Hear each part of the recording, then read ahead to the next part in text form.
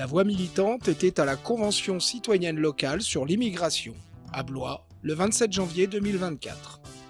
À l'appel de plusieurs organisations politiques de gauche et d'associations, le sujet était l'intégration.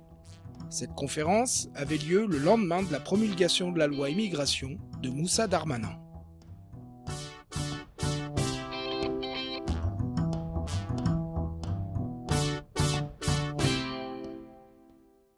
Simon Blin, je m'occupe d'animer les jeunes socialistes du département et de la région. Et je vais débuter cette intervention par vous citer un tweet d'un grand philosophe que vous admirez tous, qui s'appelle Gérald Darmanin.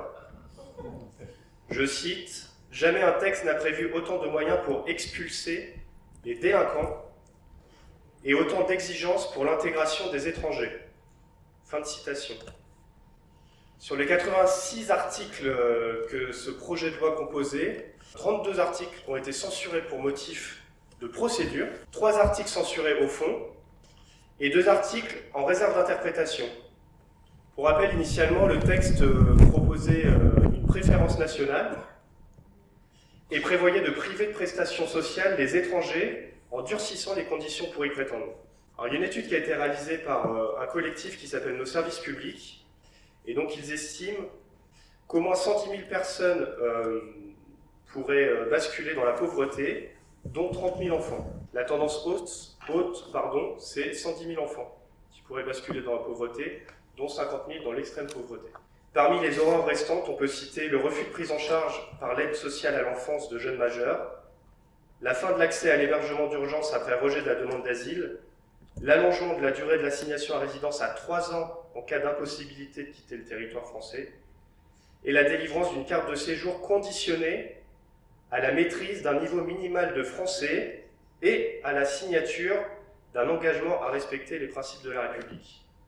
Nous regrettons le manque de considération de la part des élus de la République siégeant à l'Assemblée nationale envers les associations œuvrant au quotidien, envers ceux qui mouillent le maillot pour mieux accueillir, pour mieux intégrer. Et nous regrettons aussi, je dois le dire ce matin, l'absence de ces mêmes élus ici aujourd'hui pour rendre compte de leurs actes et qu'on puisse les questionner sur les raisons de leur vote pour ce projet de loi immigration. Ce deuxième acte, ce matin, s'attache à la question de l'accueil, après avoir parlé longuement d'intégration la semaine dernière.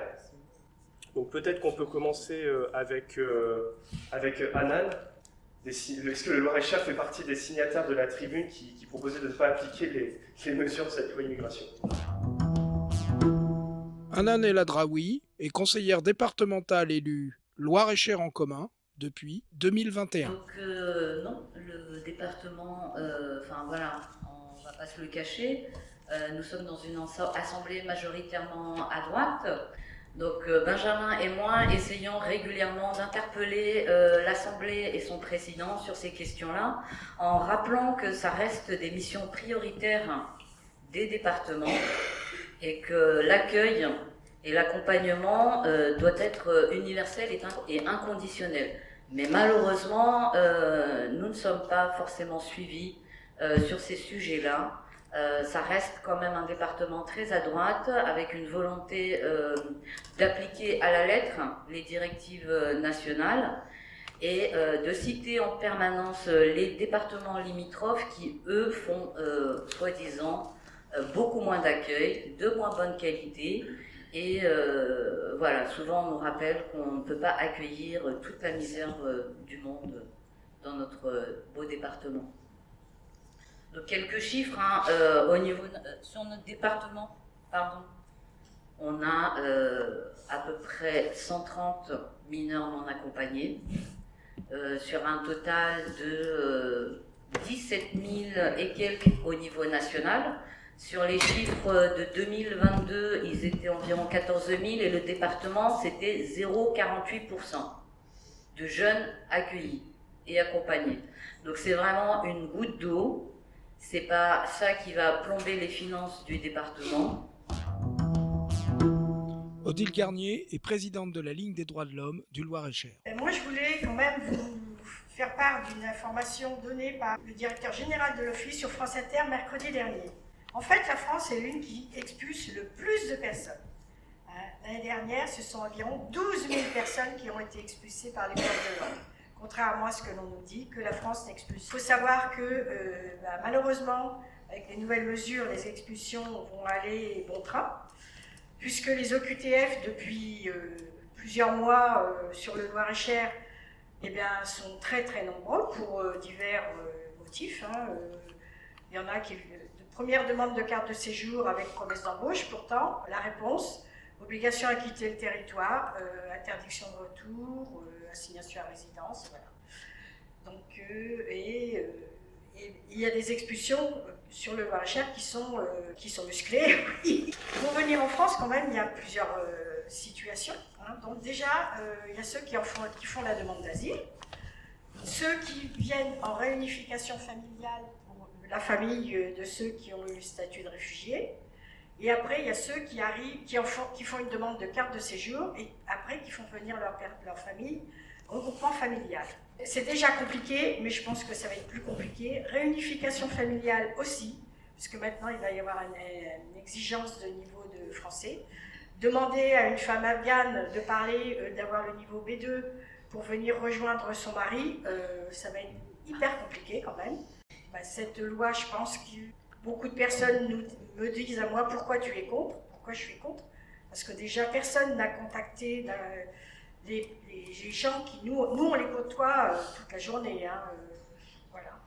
Des situations plus ou moins catastrophiques. Bon, je vais rester sur une note optimiste quand même, parce qu'on en a qui sont régularisés, mais c'est un combat quand même. C'est 2 ans, 3 ans pour qu'ils soient régularisés. On a fait une permanence avec Nicole la semaine dernière sur Romorantin. Une maman qui a fait un recours à l'OFPRA, elle a le statut de réfugié. Et quand elle nous dit que quand elle est venue en France, parce que quand elle est rentrée chez elle, son mari avait disparu, et dans son congélateur, elle a trouvé sa petite fille de 3 ans égorgée. Donc, voilà. Et l'OFPRA, en première instance, a mis en doute sa parole. Et c'est vrai que c'est quand même dommage qu'elle n'ait pas pris une photo avant de venir. C'est lamentable. Voilà. Et là, j'ai peur, parce que maintenant, l'OFPRA, ça va être juge unique, éventuellement visio. Alors, pour moi, c'est inhumain. Michael Martel est instituteur à Blois et membre du collectif Pas d'enfants à la rue. Juste pour rebondir sur l'actualité brûlante là, de la loi immigration, nous, le collectif, c'est Pas d'enfants à la rue, donc le premier but, c'est de mettre à l'abri les enfants. Dans les derniers mois, vous savez ce qui s'est passé sur Blois, au moins une trentaine d'enfants étaient sans solution de logement, des cas concrets d'enfants qui dormaient à la gare ou ailleurs. Donc la loi immigration avait un article qui mettait fin à l'inconditionnalité de l'hébergement d'urgence. En fait, le Conseil constitutionnel a remis en cause cet article-là, heureusement, donc ça nous aide quand même un petit peu. Mais si j'ai bien compris, ce texte, cette partie du texte, c'est un cavalier législatif. C'est-à-dire que ça peut être repris plus tard. C'est pas gagné. Le combat n'est pas du tout gagné du point de vue de la loi. Ensuite, je rebondis sur l'actualité du conseil départemental. Le collectif a été alerté récemment sur le cas d'une femme enceinte qui n'a pas été prise en charge ni par le 115 ni par le département. Sachant que la première mission du département, du conseil départemental, c'est de prendre en charge les femmes enceintes et les femmes avec enfants de moins de 3 ans. Le collectif est né au moment où on a eu des cas concrets dans la ville de femmes qui avaient des enfants de 3 ans et qui ont été expulsées aux 3 ans de l'enfant, puisque légalement c'est la préfecture qui doit prendre en charge après. En ce moment, c'est la préfecture qui prend en charge les femmes enceintes. Donc ça veut dire que le conseil départemental a une volonté assez claire et nette de prendre de moins en moins en charge les femmes enceintes. Il y a une volonté claire depuis le 1er janvier 2024, c'est-à-dire depuis quelques jours, du conseil départemental de réduire son action sur le volet social au sein de la MDCS. Il y a des actions concrètes. Ce podcast La Voix militante a été réalisé par Alexandra Puré et Claudio Serenelli. Nous vous invitons à nous retrouver sur YouTube et les différentes plateformes de podcast.